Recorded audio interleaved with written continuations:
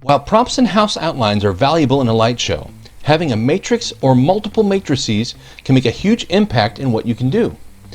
In our past shows, the matrix has been a centerpiece to our show.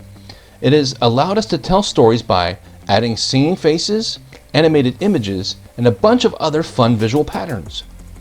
One thing that's held us back in previous shows is that our first matrix only had 884 pixels. While we were able to do a lot of things with this matrix, we could only use low resolution images or pull tricks by moving higher resolution images over a path to give it the illusion that we were supporting a higher resolution image. We've just finished putting together our 2365 pixel matrix. Here's how we built it.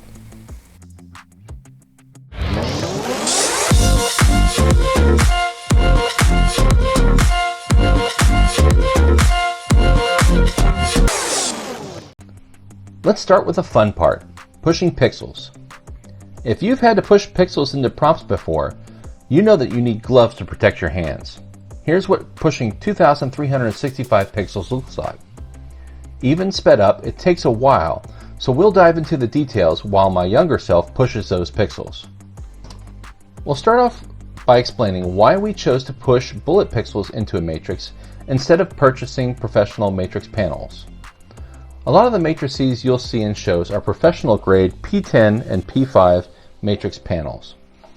You can purchase these from normal pixel vendors and join them together. There are a lot of benefits to using these types of panels, including getting really high resolution images.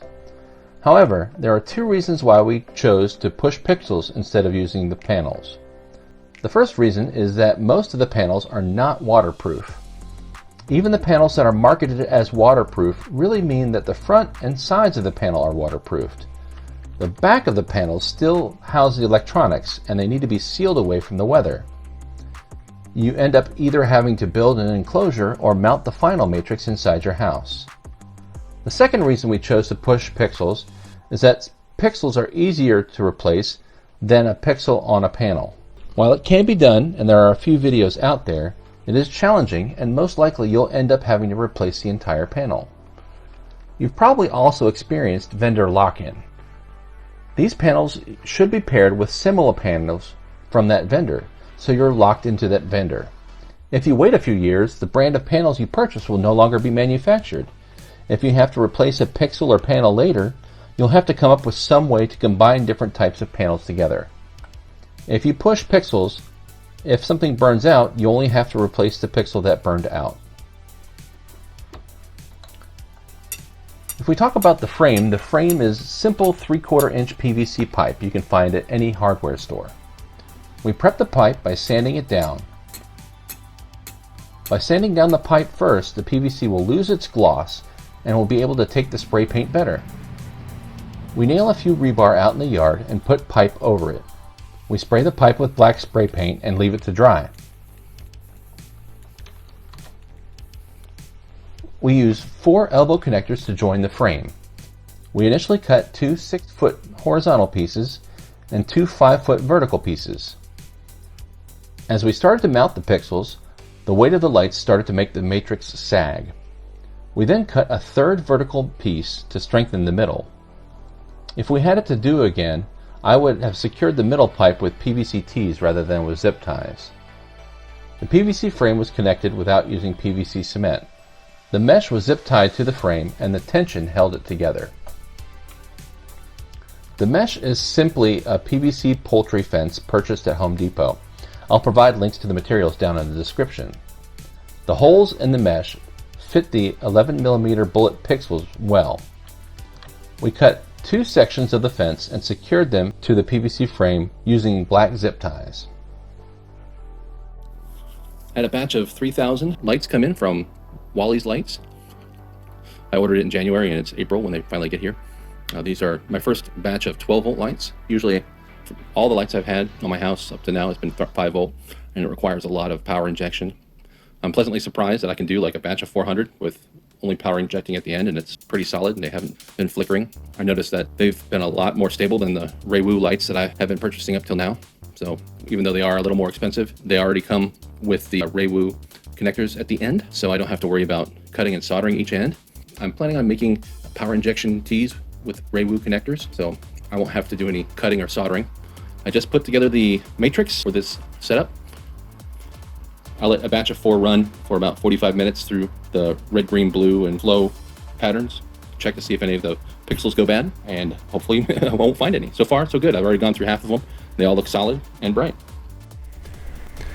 Here we have our final product, 2365 pixel matrix. It's a high density matrix, a lot bigger than our 884 pixel matrix, so we're hoping to be able to do a lot more with it this year. It's all made out of 12 volt pixels that we purchased from WLED.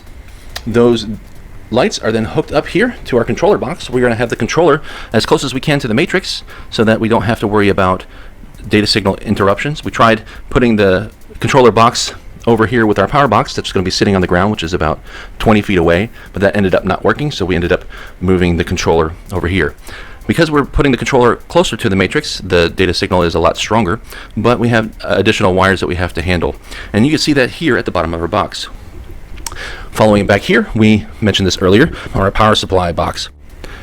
Initially, in this box, we had the controller as well as the power supply. So you can see there's 6 wires coming out here from the glands. The 3 black ones have 3 cables with power, neutral, and data, and the whites are just power and ground. But we ended up not using those, so they're all just power and ground.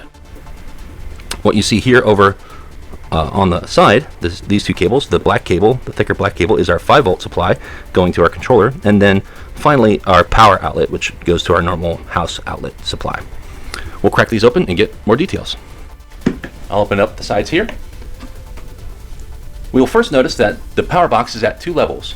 The first level, this top level, is where we wire up our 12 volt supply. You can see here on the left we have 3 different power supplies hooked in. We have 2 wires coming from power supply A over here, 2 wires from power supply B and from C over here.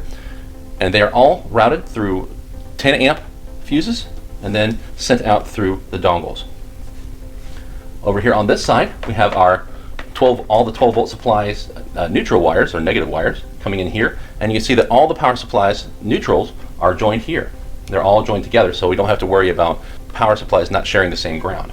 From there, the power supply neutrals are joined here at the terminal block and out through the dongles.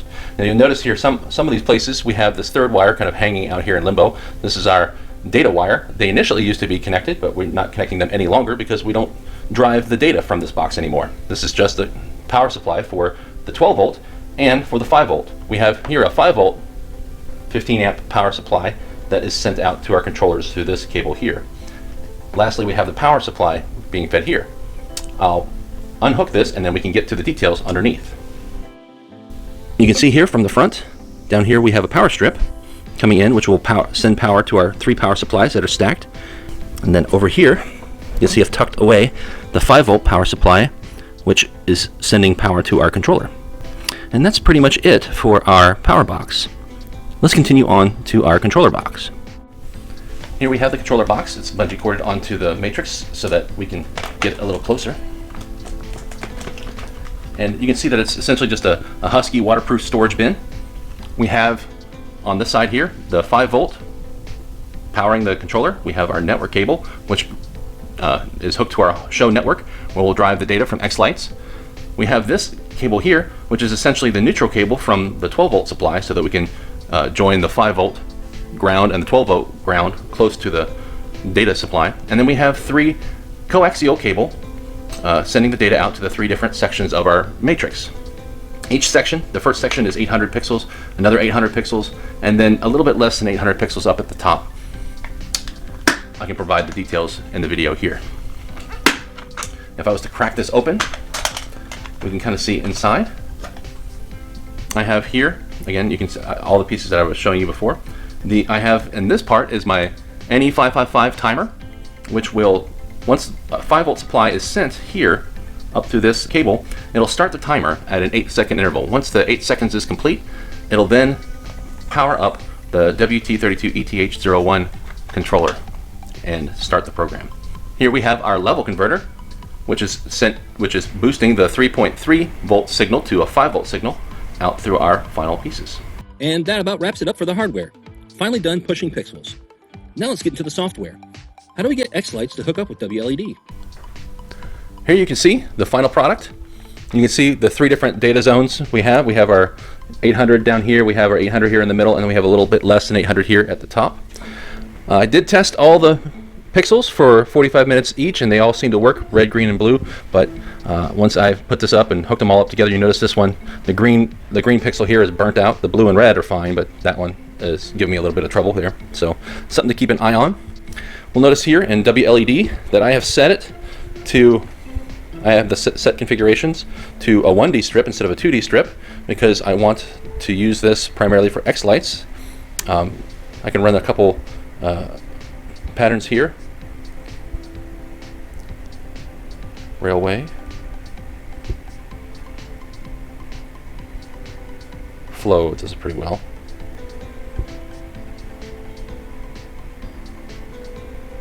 To figure out that. But otherwise, it works fine.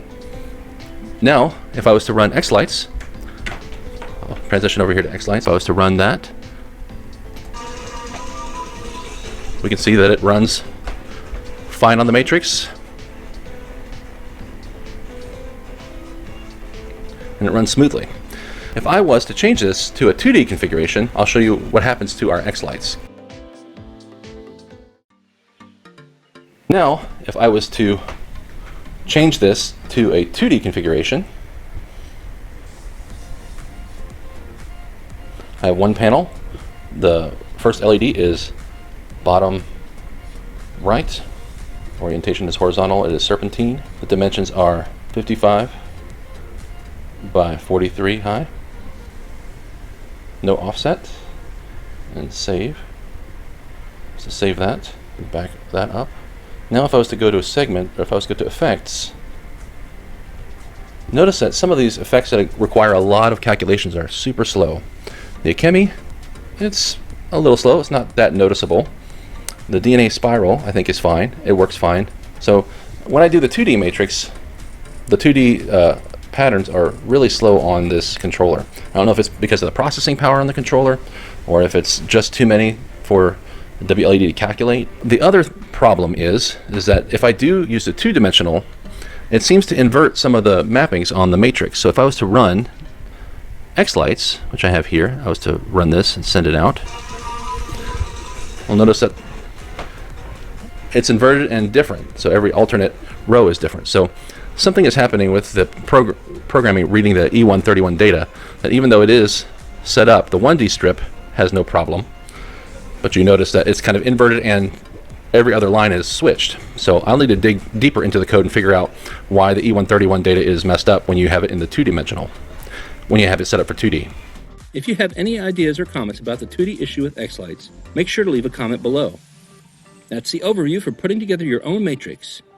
We're also getting into the light show season, and I'm working on a few more videos that should help you set up your own light show this year. If you enjoy this kind of content, make sure to subscribe and ring the bell to get notified. As always, thanks for watching Bytes of Pi.